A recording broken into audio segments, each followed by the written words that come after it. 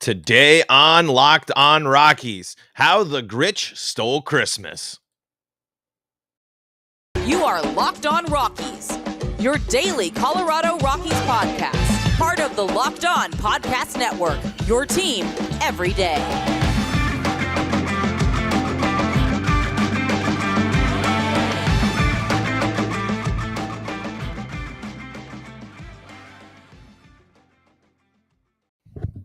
Rock on Rockies fans, welcome into the Locked On Rockies podcast for today, the 13th day of April, and your Colorado Rockies are in first place in the National League West. We talk about all things Colorado Rockies every day right here on the Locked On Rockies podcast, where you can find us breaking down this Colorado team every single weekday. 5 days a week, we're talking Rockies baseball, and we are so happy to have you along for the ride for our first listen of the day, or your first listen of the day, and I appreciate that it's this guy, because, folks, your support so far this season has been incredible. Hey, if you like the audio pod, if you can, that YouTube subscription is a huge help to me. So if you're out there and you like the pod and you want to support, we'd love your subscription on the YouTube channel. But hey, we are rocking and rolling here on the Locked On Rockies podcast. We got our live chat rolling. We got our live chat mainstay, Devin, here. He's freaking out. He's thinking the Rockies are great and good. The Rockies are good right now. The Rockies are playing great baseball, and we are going to talk all about the hot start for the Colorado Rockies, in addition to what else we want to talk about in terms of the Rockies. But I mean, what else is there to talk about? The Colorado Rockies go out on the road and win 2 games. And a lot of people would be sitting there thinking, man, Rockies fans, you're pretty excited about 2 road wins in the beginning of April, and the season's not even 10 games old. The Rockies improved on the road already. This is something, I mean, you can't really understate the fact that this was a team that went 2-17. The Rockies, to get to 2 wins for the Rockies, they had to get to an overall record of 2-17 last year to get to the same amount of road wins that they got to this year. That's over half a month of baseball. That's an improvement, folks. That's a change. You see how this Rockies team is constructed differently. You see how this Rockies team has the potential, has the ability to do what it did yesterday, which was win a game in which they had great approaches at the dish, they had good starting pitching, and they bounced back after going down early. Yes, it was only 1 run, but again, the Rockies were able to come back, bounce back from a early road deficit. No one had the Rockies starting at 4-1. It's April. It's early, but Devin does point out a good thing. Games do count. Beating the Dodgers, it doesn't matter when you do that.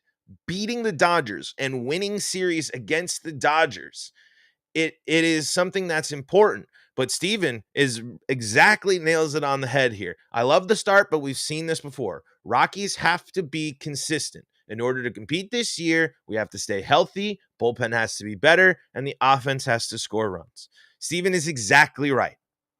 We can't all fall for an early April boom. The Rockies have tied the franchise record for the best start. They have started blah, blah, blah, blah, blah. Rewind. Hit rewind on the tape. The Rockies have matched a franchise best start at 4-1. But if I heard the broadcast correctly last night, I believe they've done that 8 other times. And if you look at that, the 8 other times of that, most likely the Rockies fall apart. Pandemic season, the Rockies start 11-3. Consistency is going to be key. Health is going to be key. The bullpen and the amount of walks and the amount of inconsistencies we've seen in the bullpen and so far this season will come back to bite the Rockies. We cannot be allowing back-to-back walks. We cannot be having Daniel Bard throwing 0-2 fastballs down the middle of the plate. That stuff is important. But if we are just looking on the more of the positive side, the Rockies going out and winning these 2 games on the road, setting a new precedent, setting a new mentality for a road win, is a good thing. The Rockies, I don't know why they have the random 2-game road trip in there, because baseball, that's how it goes.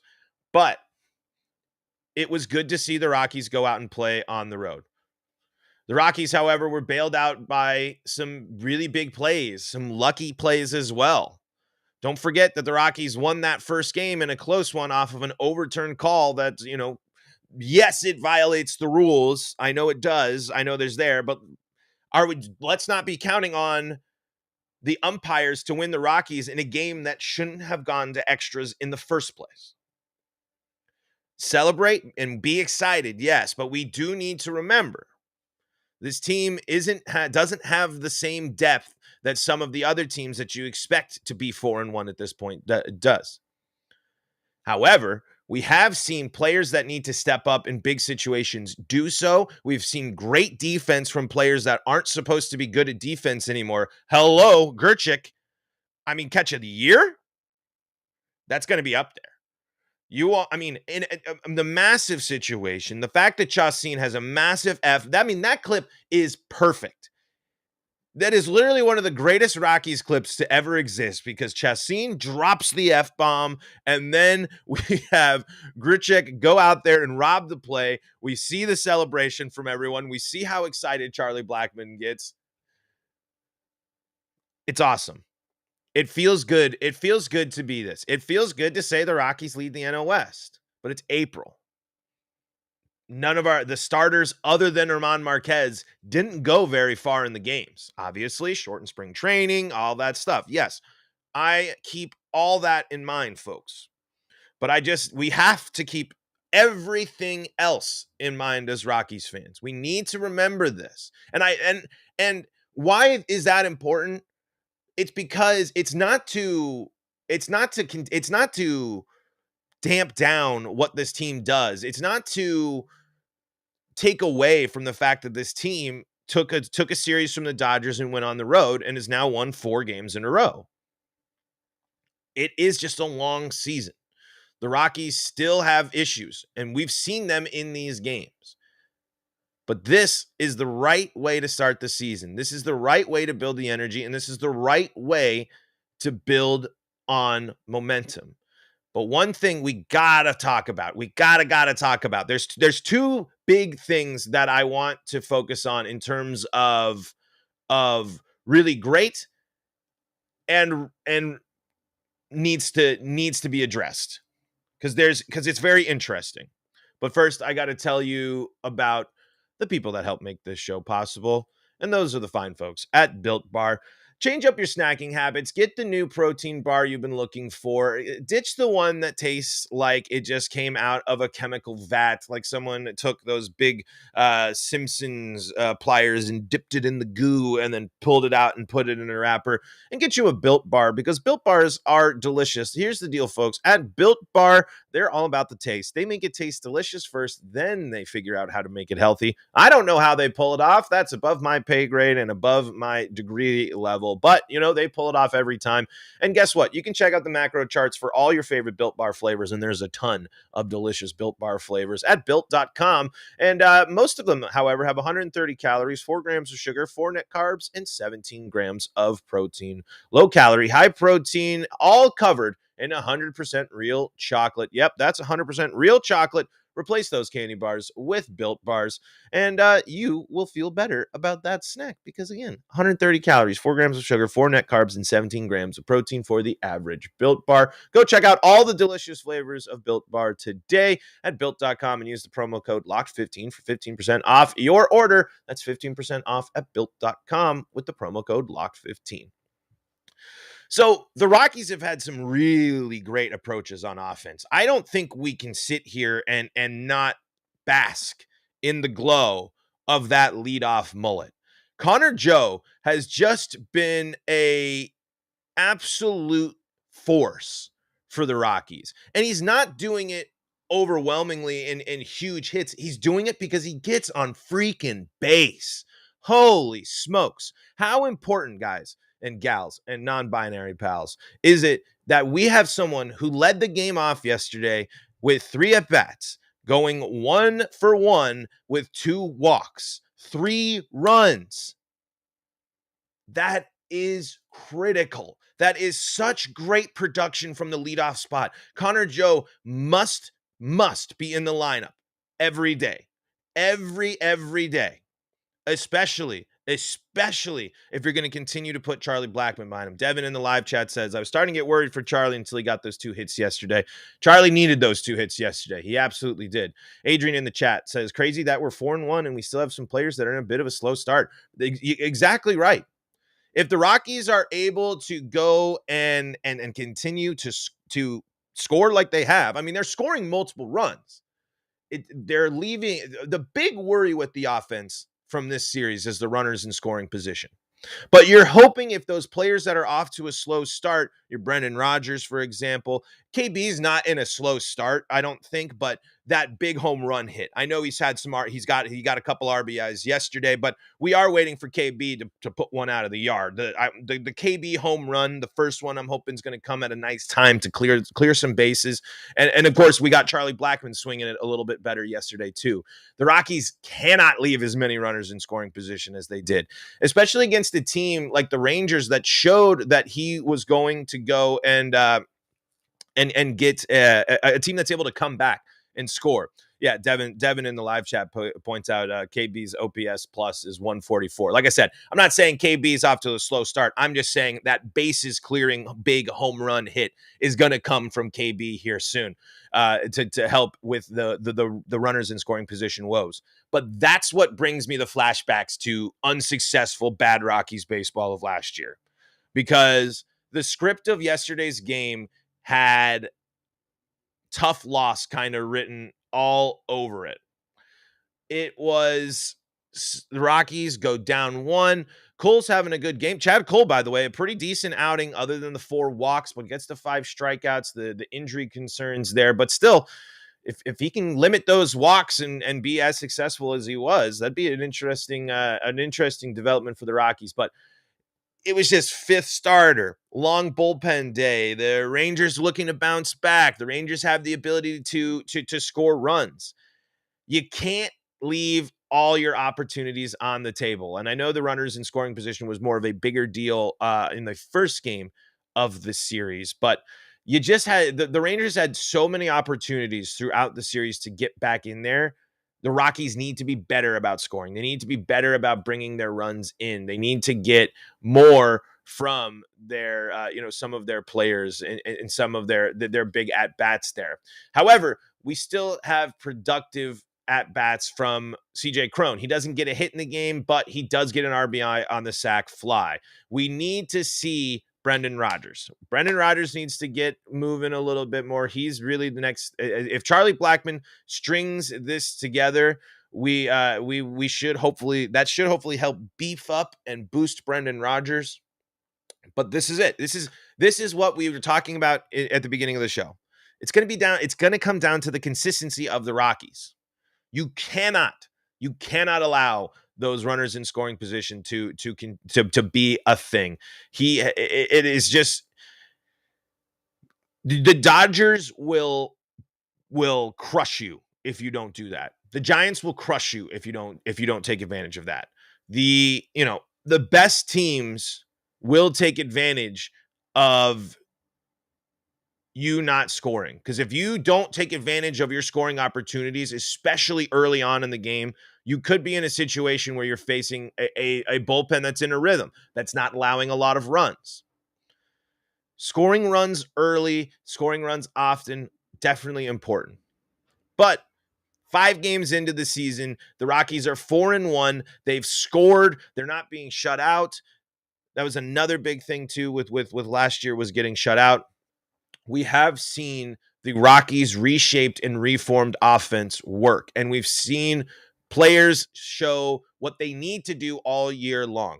CJ Cron needs to continue to hit balls into the stratosphere and continue to hit long fly balls into the I'm so very exciting start. I would say for me, CJ Cron's start is something I'm very excited by. The amount of force that dude has put into his 2 home runs. I mean, they were thumped, absolutely thumped. He is swinging it.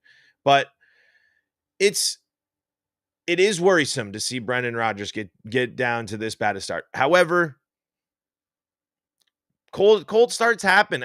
You can't expect every single one of your players to go out there and be immediately in the zone, immediately contributing on offense. It takes a little bit. But if the Rockies just don't let this up, the Rockies need to progress, not regress. The Rockies need to continue to take steps forward and not steps back. And we see troubling trends where the Rockies could step back. Bad walks in bad situations, bad pitches from the bullpen in bad situations, runners left on. And runners left on, a ton of runners were left on in that first game. So be mindful. We have to remember this. We do have to think on this. But we're also not going to sit here in the fact that this defense has stepped up and played some really has overperformed preseason expectations. This early sample, the Rockies have more defensive weapons than we thought. Gerchek proved yesterday that the talk of his poor defense, and by playing in that windy Coors Field game, that I don't think we can, I thought the early projections, what people were telling me, that he might have been more on the potential liability side of the defensive metrics and analytics, but he's really shown that he can impact the game on the defensive side. And he's someone that hasn't gotten his best part of his game going on offense, which is the long ball as well. But he's had some good at-bats. Some all right at bats. He's been able to, what I like about Gerchek and when he has a bad approach, when he takes a bad hack, he's putting the ball in play, and we've seen interesting things happen, but some of those swings, some of those hacks, I don't love. However, gets a hit yesterday, and he's definitely contributed on offense so far, but it's interesting. Grichuk. It's Grichuk. I keep saying, there's so many. With the broadcast, I was kind of bouncing around. I heard different names. Some Grichuk. Grichuk is his last name. That's why the fans in the live chat are the best. Keeping me honest, keeping me in line. Because we got to be pronouncing our players' names right to represent. But he's really contributed. I to be honest, we saw now why the Rockies made that move. Could Raimel Tapia make that play? Honestly, I think so. Raimel has the speed. Raimel has some good fielding abilities. Can't really. I mean, that's a play that you can't really. I don't know. How would you even compare that to someone else? But the moves have been paying off so far. I've been encouraged by parts of the bullpen. I'd really like Lawrence to cut down on those strikes. I'd really like Bard to. He's come and close the games, but we still have to walk on pins and needles a little bit with Daniel Bard.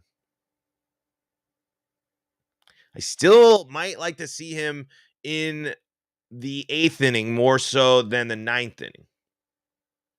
But man, when he's on, when his stuff is moving, when he's got his velocity and that slider, good luck. Bard's slider is a good slider. Good slider. Okay, we've talked about keeping expectations in check. We've talked about worrying trends. Now let's talk about the fun stuff, the good stuff. This is a fun Rockies team. This is a Rockies team with pieces that are really enjoyable to watch play. This is a team that seems to have really developed a good chemistry. And I think this is a team that has I don't it just shows. I mean, there's just a lot of energy. I mean, just to see everyone pop off on the new guys making the impacts, to have Jose Iglesias come in and have a 4-hit day. People people will still talk, you're still going to get the Rocky smack talk. You're still going to get the questions about the Rockies. And I still want you to keep your fandom in perspective at least, but go out there and be like, you know what? Right now, the Rockies lead the dang NL West. I mean, out of these 5 games, the Rockies have played some really great ball. It's not perfect ball. Hasn't always been the prettiest ball, especially this Rangers series. But take this momentum. If you turn this into a week of good baseball, if you turn this into 10 days of winning baseball, those are the trends. Those are the patterns. Those are the things that you get excited about. You get excited when Connor Joe literally gets on base every single time he steps up to the plate yesterday. Chris Bryant has 2 RBIs and draws a walk. CJ Cron's able to hit people in and drive RBIs. The Rockies play great defense. Garrett Hampson comes in for Ryan McMahon and makes an impact, going 1 for 3 and also scoring. Elias Diaz going up there and getting a hit. Julius Chassin allowing only the strikeout, getting saved, of course, by Gerchek, but Estevez and Bard coming in to slam the door. The Rockies have started the season off with good baseball.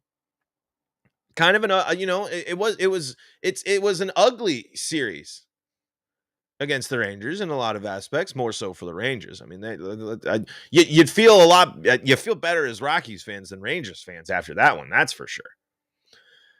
And, Adrian's right. The Rockies were in it to win that first game too. 1 bad inning. Kyle Freeland just getting, 1 more out. Charlie Blackmon playing a little bit better in right. But the Rockies they scored 3 in their first game, 3 in their second game, 9 in their third game, 6 in their fourth game, 4 in their fifth game. I mean, that's refreshing. I mean, how many stretches of time last year would we go through and it'd be like the Rockies would score 4 runs in 3 games. The Rockies would get shut out. The Rockies would go on the road and completely forget how to play the game of baseball. In this small sample size, we get to enjoy the start to the season. And as Rockies fans, you should enjoy the start to the season. You deserve to start the season off and enjoy it because it's going to get worse. I don't want to, like, that sounds harsh, but it's, there's over 150 games left to play. There will be some lows this season. But Rockies players have to notice. Rockies coaching has to notice. The front office has to notice that this team is, in fact, performing well right now. The moves that they made are contributing. The changes they made in this lineup. This is a new look Rockies team. And this new look Rockies team starts the season 4-1 with players that haven't fully got it going yet. If Connor Joe keeps it going and then Brendan Rodgers starts clicking, and Chris Bryant starts he starts hitting it out of the yard in addition to all over the yard. And Charlie Blackmon starts swinging it. And then Elias Diaz keeps putting the charge into the ball. And Iglesias keeps having a couple of flashes of games. It's an offense that has shown that they can score runs. Michael Disney in the chat. Rockies have a great team flow to start the season. Just the start they needed to make a statement to the rest of the NL. People are definitely noticing. I mean, it's not enough to convince people, I think, fully of where the Rockies are at and what the Rockies are capable of. But when we talked in the offseason and when we talked about your paths to the competitive window, your paths to success as the Rockies, this is how you do it. Stretches like this are how you do it. This can't be the last time the Rockies win 4 games in a row with some games on the road. This can't be the last time the Rockies beat the Dodgers at home. This can't be the last time the Rockies can turn to their bullpen to get back-to-back innings of no traffic. But this is also a Rockies team that still has a closer that piped an 0-2 fastball that tied the game up late. This is still a team that turned to a 5th starter that couldn't, that walked 4 people and struck out 5. This is still a team that has a questionable bullpen pieces. This is still a team that has some people that are going, that are cold right now. But this is also a team that has shown a different approach at the plate. This is a team that also has arguably one of the best pitchers in baseball in Germán Marquez. I haven't seen very many pitching performances from anybody that as good as Germán. And I don't think we talked nearly enough about how freaking good Germán Marquez was in his first start. When I talk about Germán Marquez and pitching elite, I literally get goosebumps. If you were here, folks, and you touched my skin, you could feel that I would have goosebumps, because watching Germán Marquez pitch is art. I mean, he is so good. And he's clear. Like, the Rockies have a solid rotation of starters, but look at the lines of every other Rockies starter in their first start and compare it to Germán Marquez, and it's just not even close. I mean, boy, if it's something that out of, I know the early thing, but 7 innings, 3 hits, 1 earned run, 5 strikeouts against the Dodgers at home. You love to see that. You love to see that. Germán Marquez came out and said, you know what? I was the Rockies All-Star last year for a reason. I am this team's ace for a reason. And if you want to bring that lineup into my house, let's go. I mean, Germán Marquez taking the bump makes you feel confident in every aspect of the Rockies. And having a pitcher like that on your staff does wonders for your offense. Let's take a couple of looks here into the live chat before we wind down the show. Devin predicts the Cubs series. We win it 3-1 and advance to 7-2 on the season. Adrian Ortega says, Suzuki scares me in Coors. That's a good point. Suzuki has already hit, 3 home runs? I wouldn't be surprised if Suzuki comes in and starts swinging a really good bat. Let's see. You can feel the change of culture happening. Can't wait for these years to come. There's a really exciting atmosphere for the Rockies here. Let's see. I tried telling people we'll be good this year, and so far I'm right. Small sample size, but that's true. And, comments here on Germán Marquez. The fact that he was efficient was one thing, but he efficient against the Dodgers in his first start is actually insane. Lots to love about the Rockies starts, folks. Lots to love.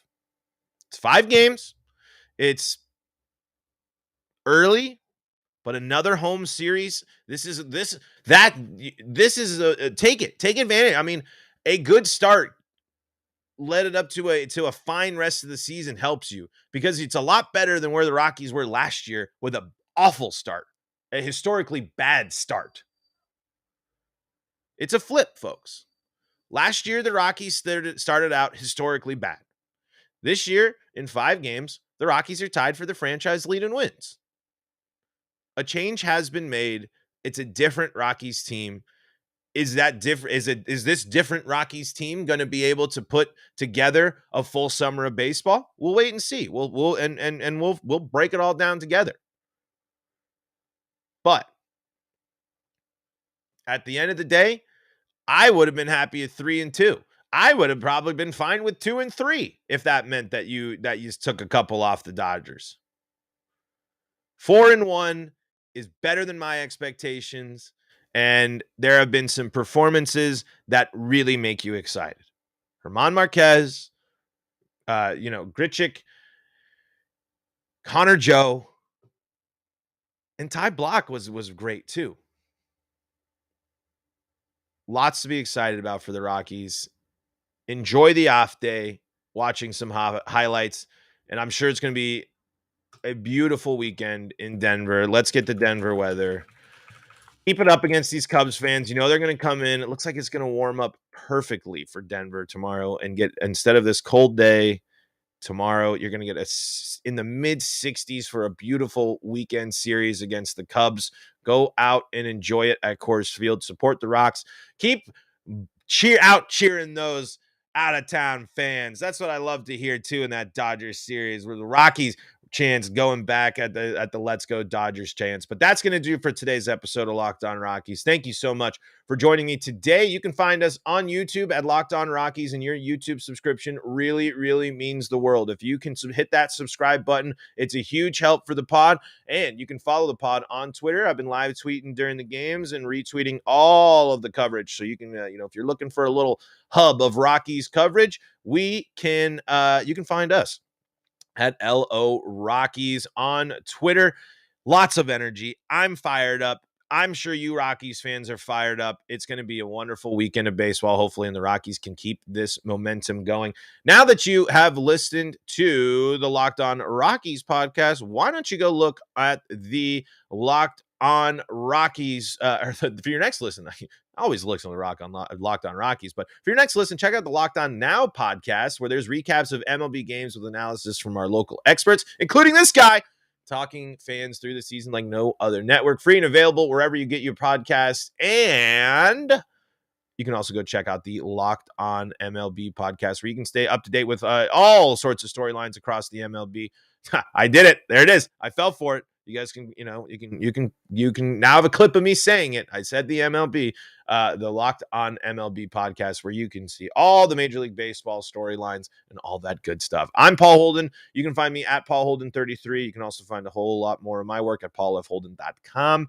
But folks, in the meantime, that's going to do it for us here at the Locked On Rockies podcast. Stay up to date with all things Colorado sports with the Locked On Avalanche, Broncos, and Nuggets podcast. Playoff time for the Nuggets. Is Steph Curry going to play? Russell Wilson and the Broncos are back at camp, and the Avalanche have clinched a playoff spot a long time ago and are still looking great. So why not go stay up to date with all things Colorado sports with all your favorite Locked On Colorado, Broncos, Avalanche, Nuggets, Denver coverage on the Locked On Podcast Network. I'm Paul Holden saying so long from the Locked On Rockies podcast.